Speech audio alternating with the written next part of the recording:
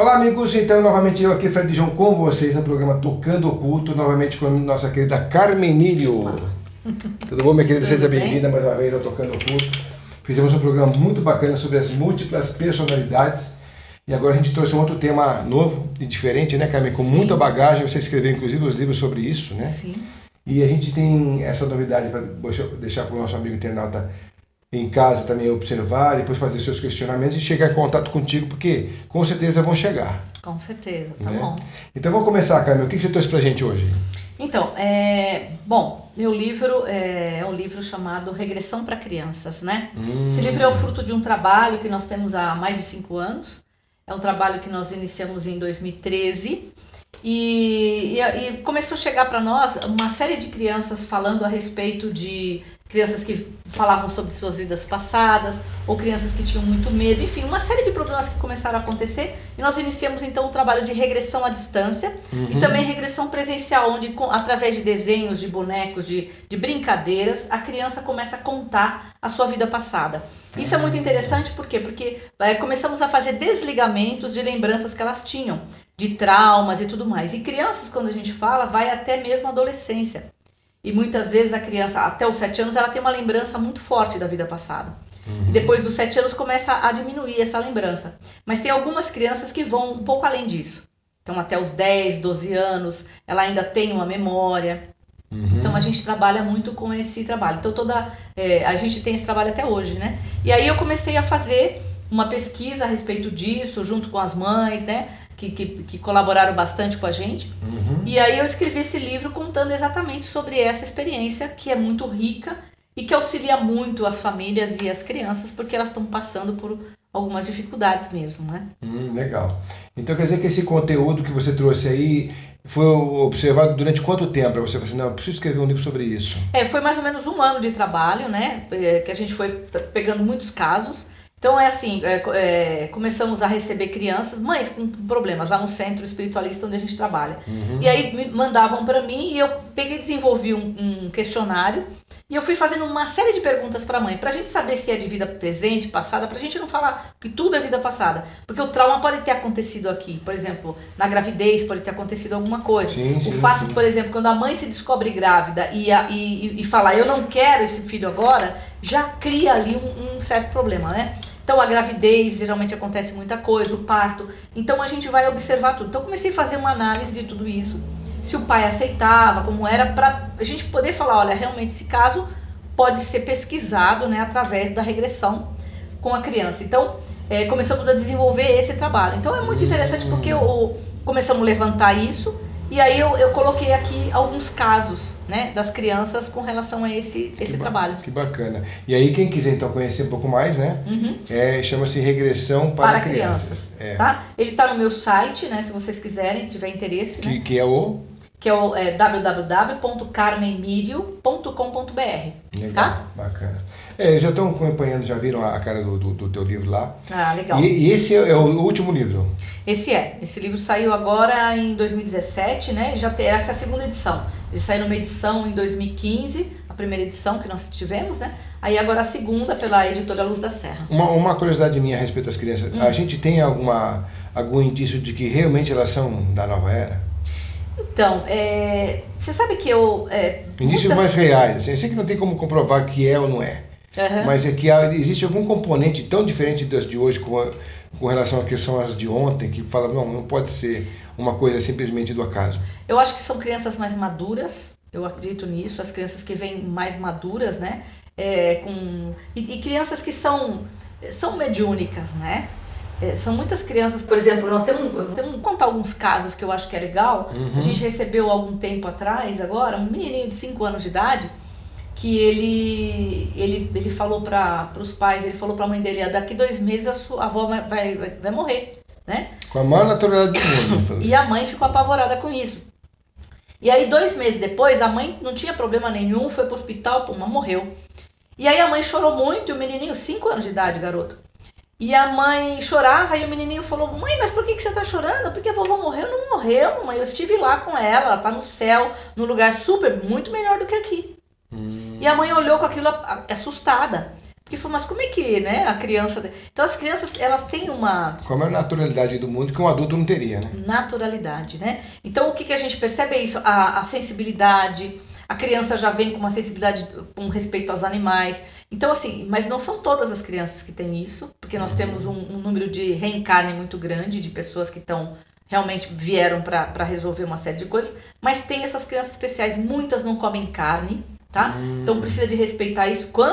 Quantas mães falam, não, você tem que comer carne, e não sei o quê. A criança não vem mais com essa habilidade, ela não quer mais isso. Eu tive um problema sério com isso também.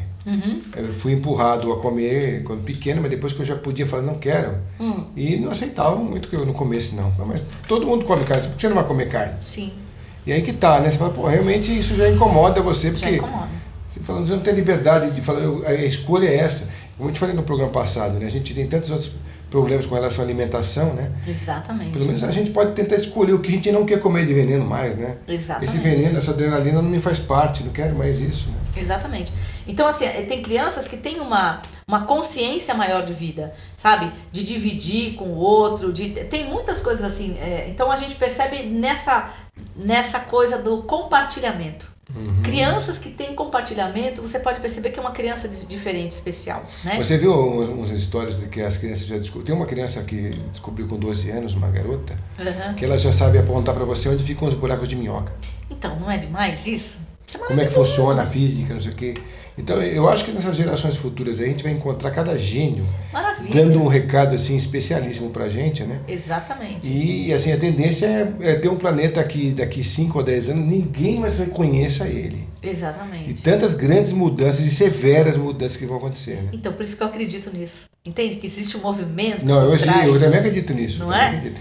Eu temo um pouco para a espécie humana. Uhum. Ser bem sincero com você. Se a gente não acordar de verdade para as coisas, a gente não tem futuro. Exatamente. Eu sou muito claro assim, não sei qual é a ideia do internauta de vocês, mas eu tenho de tantas vezes que eu converso com as pessoas e eu tiro as minhas próprias conclusões, a gente está numa derradeira caminhada aí e a gente abrir bem os olhos para acender a consciência, porque agora, é tudo ou nada. Uma coisa, Fred, que eu sempre falo é o seguinte, olha, salvem as crianças, sabe? Eu acho que a encarnação, ela é salva na infância. Sabe, porque assim, a criança precisa de amor, a única coisa que a criança quer é amor, ela quer atenção, não é para dar tudo para a criança, não é isso, a criança precisa de educação, ela precisa de limite, ela precisa disso, mas tem que ter amor, sabe, não adianta dar tudo para a criança que a criança quer, porque quanto mais você dá para ela, mais ela vai querer. E aí não é isso, tem que ter um limite, né? A criança tem que batalhar por aquilo que ela quer. Tem Tem que ter um sabor de vitória, de não conquista, é? Né? Assim, a gente de não conquista. Fica assim. Nossa, como fala, é bom poxa vida, você. Eu comecei a fazer serenata, eu estava no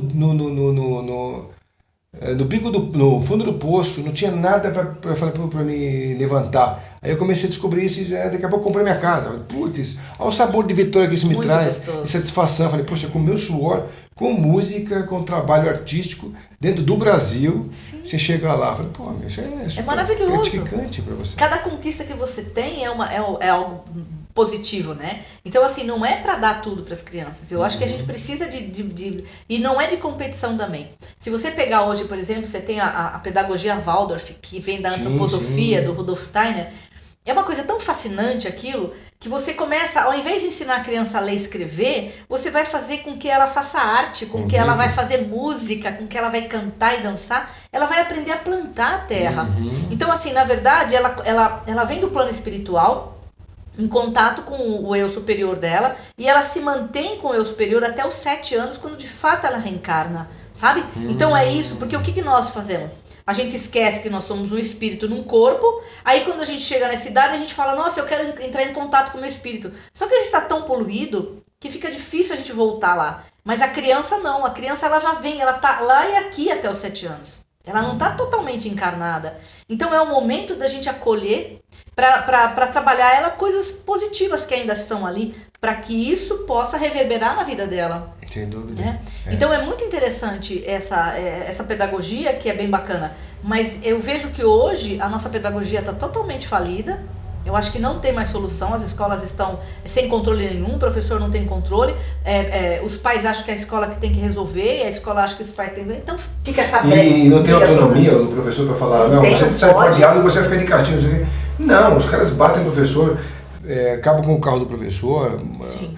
contratam bandidos para matar o professor, quer dizer, é um escândalo, é uma grande idiotice dos alunos. Uma coisa que a gente percebe que aconteceu, o professor, ele saiu da posição de professor. Ele saiu, ele perdeu esse status E dele. é isso que ele tem que resgatar. Então, assim, professor não é pai, professor não é mãe, professor não é terapeuta, professor não é polícia, professor Exatamente, é professor. Professor, Então, na medida em que ele sai... ensina todos esses. Sim. Mas ele é o professor. Mas só na isso. medida em que ele sai dessa posição de professor, ele perde o status de professor. E aí o aluno não olha mais ele como professor. É assim, isso também equivale, como você vai concordar comigo, com relação a mãe e mulher. Exatamente. Não é verdade? Exatamente. Então, assim, quando perde o papel, você se equipara. Então, o aluno já não te olha mais com aquela cara. Então, é muito interessante isso. As crianças ainda há a possibilidade desse controle. Mas saiu dali, por exemplo, depois 8, 9 anos, você já começa a perder essa criança. E é onde não deve perder. Então, esse caso aqui, esse trabalho que a gente faz, é exatamente de resgatar essa criança, mas sempre com o amparo da família.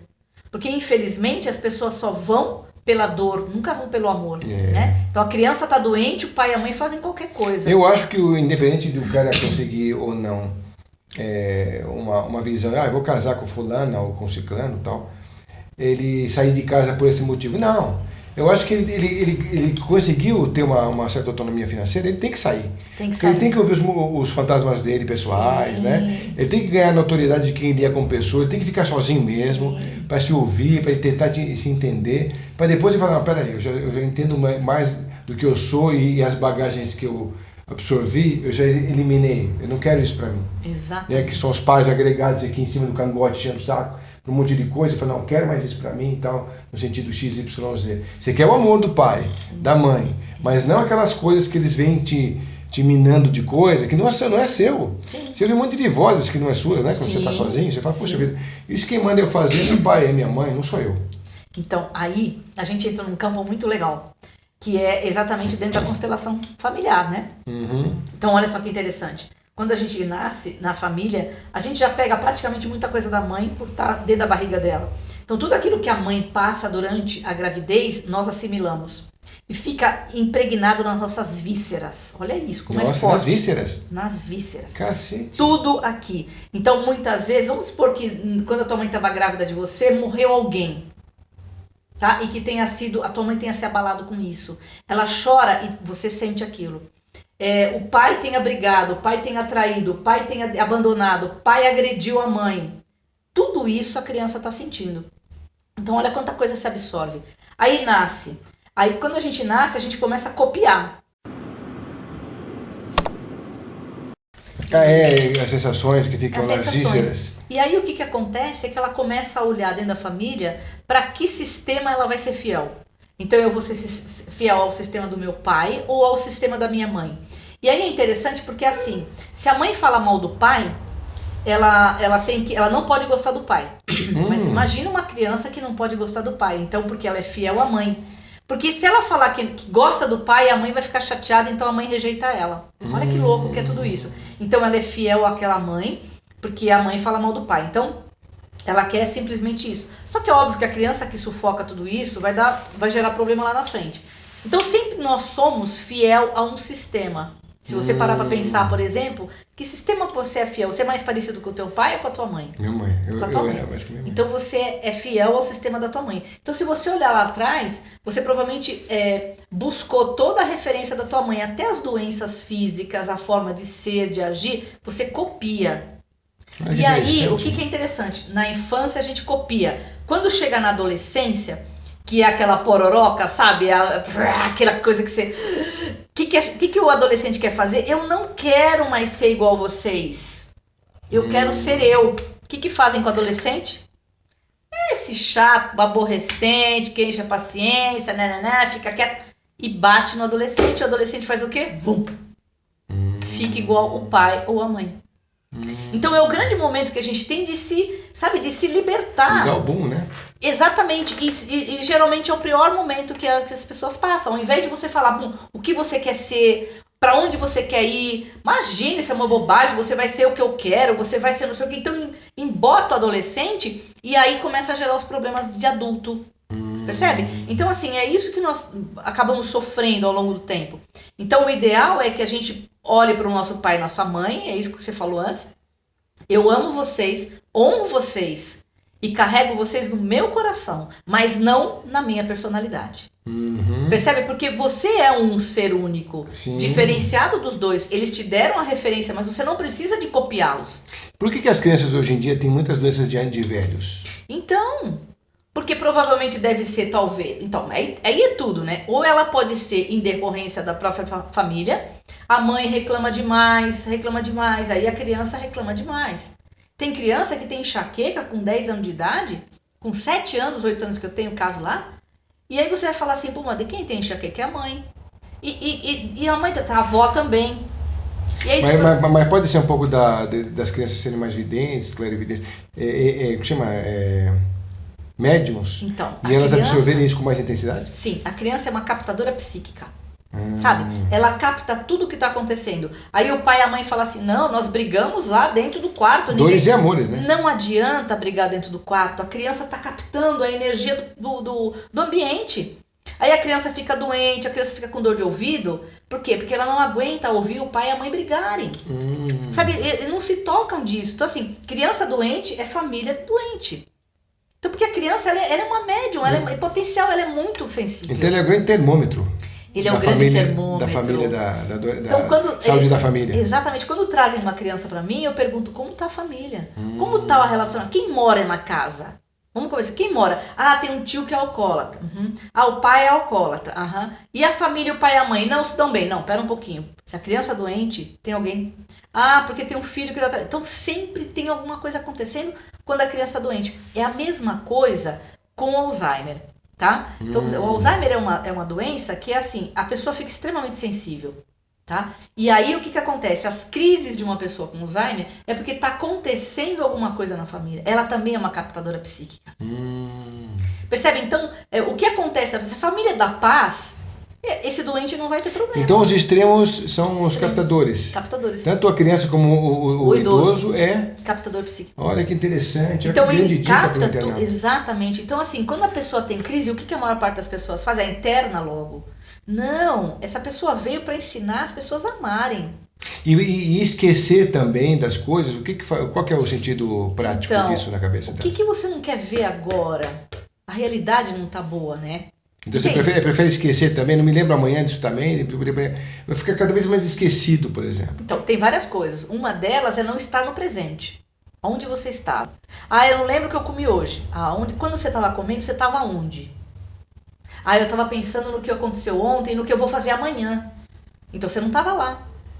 Percebe? Então a pessoa come rápido, come correndo, deixa a chave do carro dentro da geladeira e fala, eu tô ficando com Alzheimer. Não tá ficando com Alzheimer, você não tá aqui. Cada vez você tá mais longe do presente, né? De si mesmo. É uma fuga de si mesmo. O mindfulness devia ser presente, devia ser cada vez mais consciente do presente, né? Sim. Então você tem que trazer o aqui e agora. Então eu tenho que estar presente, sentindo meu corpo, sabe? Prestando atenção no tudo que está acontecendo. Porque quando a gente está aqui agora, a gente percebe muita coisa. Sim, e quando nós não estamos, por exemplo, ficar no celular, você perde tudo que está acontecendo. Inclusive você parece que deixa de olhar para a grande tela que é o universo, que é o seu horizonte, para você se fixar numa tela pequena, que além de não ter cheiro, nem só tem cor, mas não tem verdade, né? Exatamente.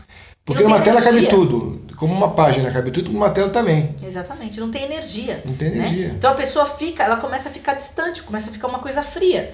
E aí a pessoa começa a ficar depressiva mesmo, porque não tem vida, né? Por isso que isso explica, né? A quantidade de depressivos. Sim, o tempo todo nesse computador, não tem calor humano. Então, para você evitar que... por que se tem, de repente, tantos casos de borderline, de esses casos de bipolaridade, né, de depressão, de não sei o quê. Ansiedade, e a extremos, né? Assim, a extremo. E o que não é falado, né? Suicídios em grandes... epidemia de suicídio. Exatamente. Não se fala isso em mídia nenhuma. Mas tem e infância, hein? Infância. Em crianças. Aí tem a ver com os jogos que eles criam entre eles ou é uma coisa de decepção com a vida mesmo? Olha, nós tivemos um caso de uma menininha de 9 anos de idade que tomou um vidro de remédio para morrer. Ano passado. Mas consciente ela era de... Consciente. Caraca. Aí a pergunta é o seguinte, por que você fez isso? Ela falou, porque eu tenho medo. Medo do quê? Aí ela olha pra mãe. Fala pra mim o que você tem medo. Ah, eu tenho medo. Bom, não tenho medo. Mãe, quem é que tem medo na casa? Sou eu. Então a mãe tem medo. E a criança copia o medo da mãe. Só que a criança não pode salvar a mãe. E a mãe não percebe isso. A mãe não percebe porque ela tá tão em volta do problema dela que ela não tá olhando a menina copiando ela. E aí o que acontece? A menina fala, eu não consigo lidar com isso. É melhor eu morrer. Então, são tantas coisas, é o que eu falo, cada caso é um caso, sabe? A gente não consegue falar todas as crianças se matam por causa disso, não sei. Então pode ser o jogo, pode ser um bullying na escola, pode ser um abuso sexual acontecendo e ninguém tá percebendo. E gente, olha, pode ser abuso de irmão, pode ser do pai, do padrasto, do avô. Da própria mãe. Entendeu? É um caso delicadíssimo falar isso, mas está acontecendo e pessoas não veem isso. E quem está sofrendo de abuso tem mesmo que falar, né? Então, mas ela não fala, sabe por quê? Então, porque ela é ameaçada. Se você falar, não vão acreditar em não, você mas e ela a tem que culpa ter, é sua. ela tem que ter uma saída, e aí? Sim, ela estoura, ou ela se mata, ou ela se corta. Mutilação é isso. Muitas vezes. Tá? Ela começa a se cortar, e aí o que acontece? A mãe fala, tá ficando louca. Gente, olha direito. Olha direito, vê o que tá acontecendo com essa criança. E meninas, eu recebo várias no consultório. Assim, lá. nesse naipe. Nesse naipe. Tá? E por que tantas já começam a praticar sexualidade tão jovens? Então, porque eu acho que isso também é um produto da nossa sociedade, né? Sim. A mídia impõe isso aí para você engolir goela abaixo, coisas horrorosas. Quer dizer, o que devia ser proibido, o que devia ser... Proibido não, porque a gente não tem mais censura nesse sentido, mas analisado para que época colocar, né? Não se fala nada. É música, você viu, comprometedores pra caramba. Tem gente que a família toda vai pro boy funk, da menina de 5 à menina de 15. Então... E aí? Vai fazer o que lá? É isso. Vai gerar os filhos do funk, né? Que a gente já sabe disso, né? Exatamente. E daí outras coisas mais vão rolando. E é produto da própria sociedade mesmo. Né? Então, não precisa nem muito longe. Isso não é coisa de classe pobre, não. Classe E, B. Classe A, B também tá nessa. Tá nessa. E sofrem coisas tão iguais quanto qualquer classe. É ser humano, né? Tem ser humano, tem problema. Entendeu? E é isso que a gente tem que fazer. Esse trabalho com criança é um trabalho que é assim, ó, salvem as crianças. Então, mas eu acho que, a princípio de tudo, eu acho que tem que ser aquela coisa, doa quem doer, né? Fale mesmo, doa quem doer. O problema não está comigo em te falar a verdade, está em você em não absorvê-la, em não ter capacidade de absorvê-la, né? Exatamente. A dor é sua, não é minha. Eu estou simplesmente falando a verdade. Você faz um papel. Sim. Por que você tem que fazer uma coisa tão milindrada para o outro? Peraí, tudo bem, né? Não precisa jogar a toalha de uma vez. Não, tudo bem. O problema teu é esse, cara. Você pode resolver assim, assim, assim. Então, ouça aquilo com bons ouvidos e tente entender. Sim. Agora, o problema não está no outro que te falou, está em você em receber aquilo. Né? Sim, com certeza. Isso tem que ficar claro, cara. Eu tenho feito na escola, na terapia, tudo. Eu tenho feito alguns vídeos exatamente falando isso, sobre o medo da infância, sobre bullying. Eu fiz um sobre depressão infantil e um sobre agressão. Tá? Porque assim, ó, não pode bater em criança. Tá bom, mas quando a mãe fala, você é um idiota, você não serve pra nada, você não vai ser nada, você... Entendeu? Isso é uma agressão. Sim, sim. E repetido inúmeras vezes. Tem mãe que fala, ou pai que fala coisas, barbaridades para as crianças, entende? E isso repetidamente, a criança acredita, porque o pai e a mãe têm uma força tão grande na palavra, que quando fala isso, destrói a criança. Embora tenha crianças que dá vontade de se afogar, né? De tão terríveis que tem. Sim, mas sabe o que eu acho? Eu vejo assim, ó, por que a criança faz isso? Pra quem teste, ela tá né? chamando atenção? Não está testando você? Tá então, ela tá falando alguma coisa. Ela tá falando alguma coisa e ninguém tá percebendo. Entende? Então, peraí, o que tá acontecendo na casa? A quem ela tá, entendeu? Afrontando. Ela tá afrontando alguém. Então ela precisa de limite, ela precisa de fazer alguma coisa. Nesse caso de ser pequenininha, ela também faz como os animais. Os animais, eles querem ser o dono da matilha, então eles estão testando você o tempo todo. Até onde você dá limite a eles, até onde eles podem te respeitar ou não. Exatamente. Se você não fizer absolutamente nada, eles são imperativos dentro da casa, né? Eles fazem tudo. Sabe uma outra coisa que é interessante? Por exemplo, se você pega pais com muito problema, eles não estão olhando para fora, eles estão olhando para eles. É o umbigo deles. Então o pai tem problemas, a mãe tem problema porque já traz problemas de família. Então se ela não tem amor para ela, como é que ela vai dar algo que ela não tem? A criança fica à deriva. ela faz o que ela quer. Tá chamando atenção. Aí ela vai pro, sei lá, ela briga com o vizinho, ela é mal na escola. Esse menino não tem jeito. Não é que ele não tem jeito. É que simplesmente ele tá chamando atenção. Ele quer a atenção de alguém e ninguém quer dar atenção pra ele. Aí dá castigo, tira não sei o quê. E não é isso que vai resolver. Então assim, o pai e a mãe não assumem a autoridade de pai e mãe. E esse garoto, ele olha pros dois como se eles não fossem nada. Ele acha que ele é maior que os dois. Quando cresce, aí a pessoa tem problema de relacionamento. Aí a pessoa não consegue ter uma profissão decente, não consegue se estabilizar em nada. Isso eu vejo nas constelações. Aí você coloca lá no campo a pessoa, o pai e a mãe. A pessoa olha pro pai e a mãe assim, ó. E o pai fala assim, eu me intimido com ela. Então, que criança você foi? Você acha que você é maior que seu pai e que sua mãe. E as crianças hoje, tem criancinha de 3 anos mandando o pai e a mãe calar a boca. Não tem aquela frase que... Aquela frase não. A síndrome do imperador? Sim. Agora tem isso também. Então, mas aí é que tá. Quem é que está ocupando o lugar de quem? Porque o pai e a mãe não se colocam, não se posicionam como pai e mãe. Como autoridade. E a autoridade não é bater. É porque estão perdidos mesmo, a gente percebe isso, né? Exatamente. Então isso é muito ruim. E aí, isso daí gatilha uma série de problemas. Inclusive, múltiplas personalidades. Inclusive. Não é verdade? Eu não contei pra você uma vez, tem um caso que é muito legal. Uma menininha de 5 anos com posturas sexuais. Querendo transar com a mãe, pra você ter uma ideia. Nossa. É pesado, né? Tem vários casos assim. Aí o que acontece? Quando nós fizemos uma regressão dela, ela era uma prostituta na vida passada. Mas uma prostituta que gostava da função. Não era uma pessoa que ia lá por... Entendeu? Quando nós fizemos, ela cortou essa personalidade. Ela voltou a ser uma menina de 5 anos. Porque essa prostituta, ela pode se tornar de novo prostituta nessa vida. Pode se tornar, se essa personalidade ficar muito forte nela. Porque ela tem uma tendência ali. Sim.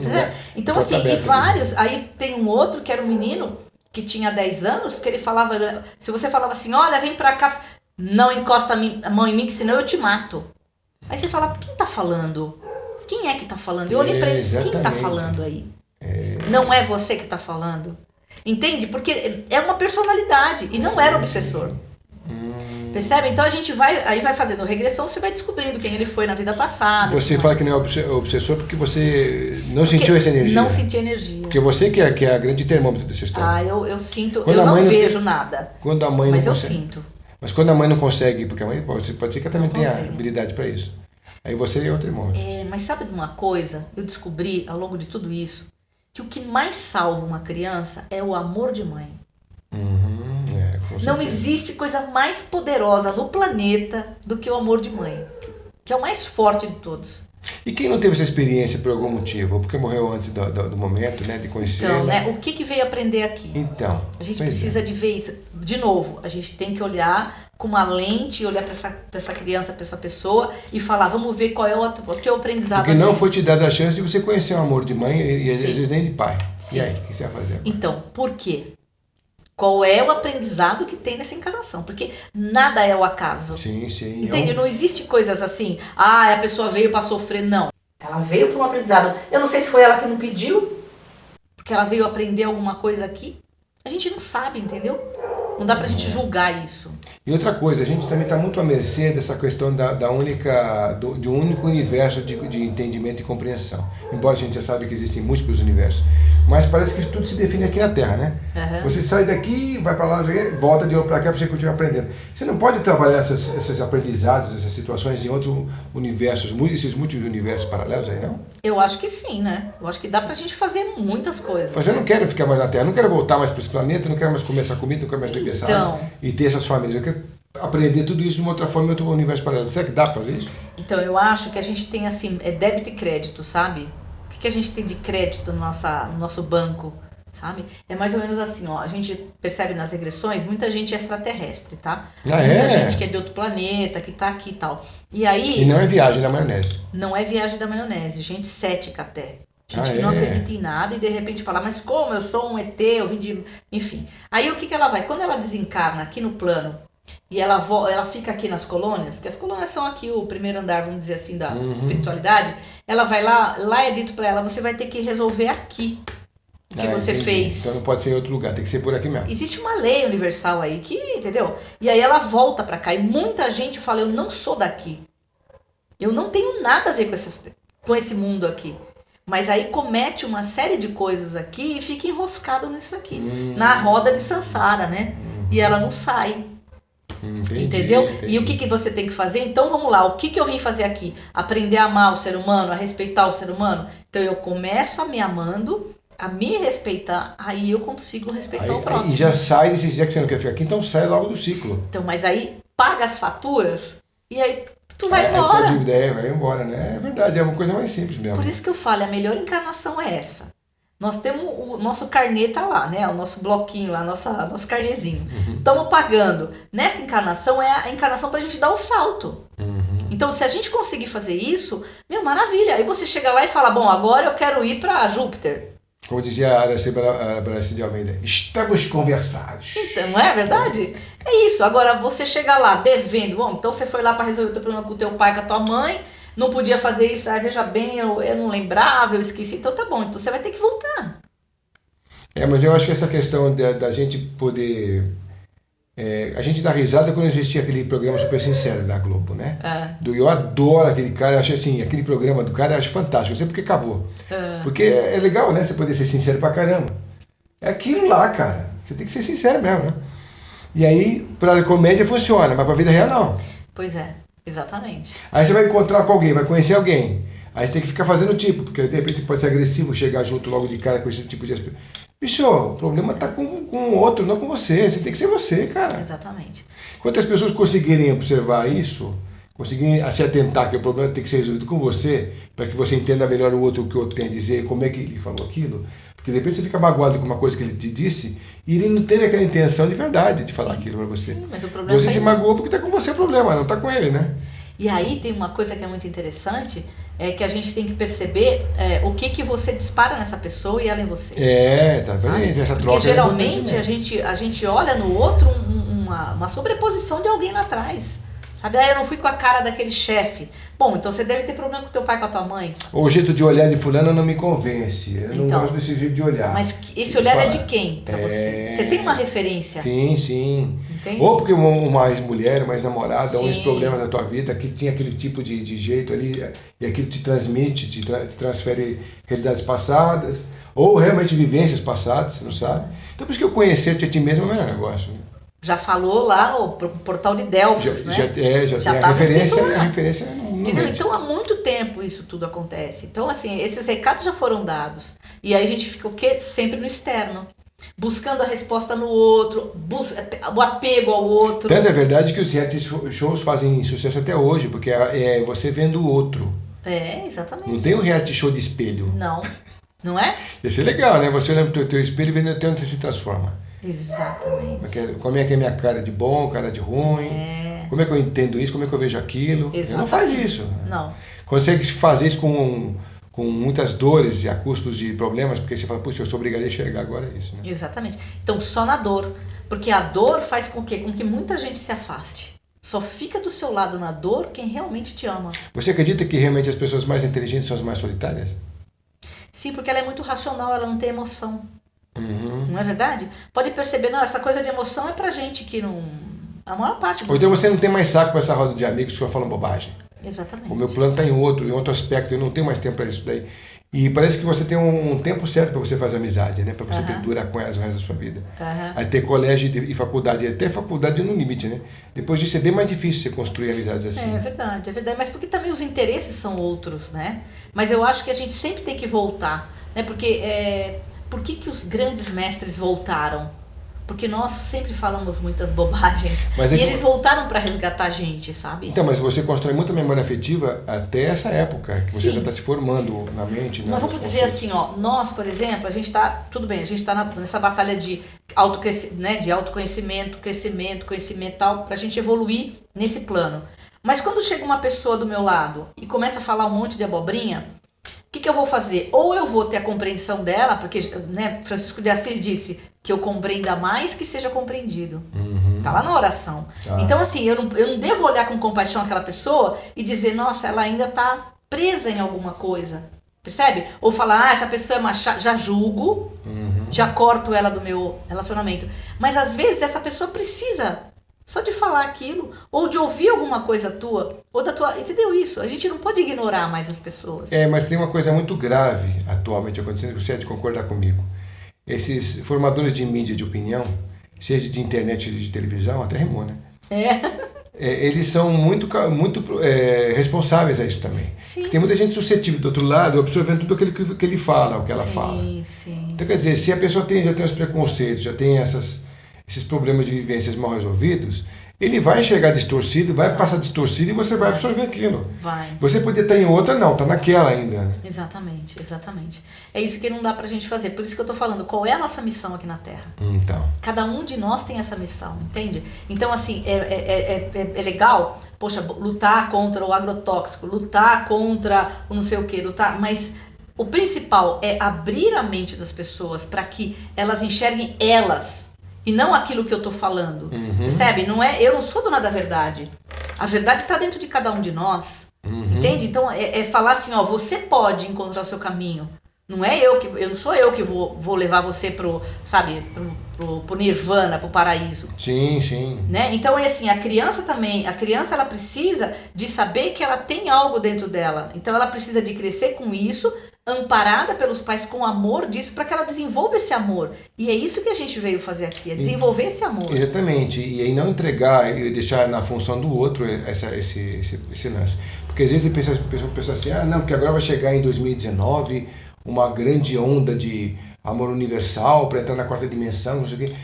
Entrega uma função a um ser, a uma entidade, a um histórico, que às vezes é uma coisa mais fictícia talvez do que a realidade, por uma coisa que não vai acontecer, que você vai esperar o tempo todo, nunca vai chegar, quando o trabalho principal e primordial tem que ser seu. Sim, exatamente. E aí, volto a falar de Jesus. O reino de Deus está dentro de nós. Se você estiver pronto, você enxerga. A partícula divina está aqui. Então, o que nós temos que fazer é resgatar essa partícula divina. Quando você está no primeiro ano da escola, você tem que aprender a ler e escrever, você não pode aprender aritmética, não faz sentido para você aquilo. Você não sabe nem o que é 1 mais 1, o que é os números. Sim. Como você vai querer falar sobre raiz quadrada, multiplicação, quando você não consegue entender o básico? Então, o ser humano parece que está nisso também, né? Sim, o básico ele não assimilou ainda. Como é que ele vai querer estudar e assimilar coisas superiores a ele, né? Exatamente. Estudar o amor, algo que parece tão simples, tão lógico, mas está tão à frente do ser humano ainda, tão pouco entendido, tanto cantado em todas as línguas e espécies e estilos e música, mas na verdade não entendido, não absorvido como verdade absoluta. Exatamente. E está muito longe de acontecer isso. Tá, ainda, infelizmente. Mas eu acho que também tem um movimento aí. Agora tem a pedagogia Hellinger também, fazendo movimento, também, né? Sabe? Eu estou fazendo pós até de pedagogia nesse sentido, né? Sistêmica. E eu acho que é muito interessante para você compreender isso. Porque de todas as profissões que eu tenho, eu acho que eu sou professora. É mesmo? Eu amo dar aula. E você tem uma dinâmica muito bacana, né, Marcelo? Você consegue fazer as pessoas te ouvirem, você tem um raciocínio rápido, você não dá sono nas pessoas. E você tem um bom exercício das palavras em cima disso. E é o professor que tem muito isso, né? Eu gosto muito. Então, é assim, eu faço, porque a gente dá aula, né, de psicoterapia reencarnacionista, tudo, e eu gosto disso, sabe? Eu gosto de fazer a pessoa, ela tem que descobrir o potencial dela, entende? Através desse conhecimento, desse tratamento. Né? Eu acho legal você poder falar para a pessoa, olha, eu te mostro que tem um peixe nesse rio. Sim, mas você tem que ir lá. E eu vou te mostrar como você faz para pegar ele. Porque é muito fácil você delegar as funções, as pessoas até preferem que seja assim. Eu quero mídia digital para mim. Então tá, você entrega a função em alguém que entenda do assunto. Mas aí você se vê meio Durango Kid, puta merda, tem que eu fazer essas paradas aí para eu conseguir ser observado, ser visto. Aí você começa a ver que você tem potencial de aprendizagem, você se dá bem com aquilo, você faz do teu jeito, você fala, puxa, isso aqui é demais para mim. Não, adorou fazer. É a necessidade que o traz para uma nova realidade. E uma coisa que a gente não pode fazer nunca nessa era aqui é falar, eu tenho conhecimento, você tem que vir até mim. Eu acho que isso é péssimo. Entende? Não é não. É um grande mentira essa. Pois é. E os ídolos fazem isso. Né? Por que a queda de ídolos agora? Porque na verdade, a verdade não está com os outros. Ele tem um conhecimento, você tem outro, eu tenho outro, esse tem outro. Cada um tem uma coisa. E isso que é o mais legal, essa troca que é o mais legal. E você falou isso no telefone, que eu já repito de novo, que você... Eu também concordo. Parece que o universo abriu as portas de alguma energia mais superior, uma coisa mais intensa, que faz o ser humano acordar, porque está muito claro que tem muita confusão, ao mesmo tempo que está jorrando uma grande energia para todo mundo. Está claro isso. Sim. Nunca se abriu tanto para todos como Sim. agora, em todos os campos tecnológicos, físicos. A física quântica revolucionou tudo, né? Maravilha. Medicina também, Medicina. deu um grande avanço, um grande boom. A própria sociedade, você vê que as crianças estão doentes hoje porque muita coisa para se resolver para amanhã estarem em outro plano, né? Estarem mais centradas. E a gente torce para que seja assim, né? Porque eu te falo, né? Tem que se fazer alguma coisa já. Já. Porque senão Agora. porque senão pode ficar complicado. Para salvar as crianças. Precisa salvar essas crianças, sabe? Porque as crianças, elas trazem algo que nós já perdemos, né? Que você olha para uma criança e não importa como ela seja, ela pode ser uma criança sem problema nenhum físico ou ter algum problema, uma dificuldade física, mas todas têm um olhar, sabe? Elas têm uma essência que você olha e você fala, meu, é isso que nós perdemos. É verdade. E que a gente não pode... Em qualquer olhinho que você olha de uma criança, tá lá aquilo. É como se fosse uma chama, entende? E é isso que a gente não pode deixar apagar. Isso se apaga na medida em que elas vão crescendo e vão, sabe, vão sofrendo, sabe? Vão perdendo esse brilho. É verdade. Né? A gente vai continuar com esse assunto já já, porque a gente vai fazer só uma pequena pausa e a gente está de volta já já, pessoal.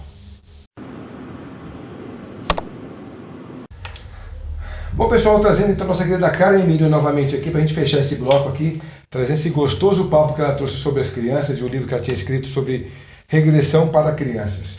E é o que ela falou, a gente tem que olhar para elas, que elas são o futuro realmente de uma nova geração, uma nova raça de seres que chegam por aí, a gente não sabe a que vieram. Esse que é o mais interessante, intrigante de tudo, né? É verdade. Porque para salvar o planeta, a gente tem muita coisa para fazer. Sim, muita coisa. Voltar de novo com uma boa energia do próprio planeta com relação ao que deixamos para os futuros aí, né? Sim, com tem certeza. tanta coisa para você fazer, então realmente tem que olhar para as crianças. Tem que olhar.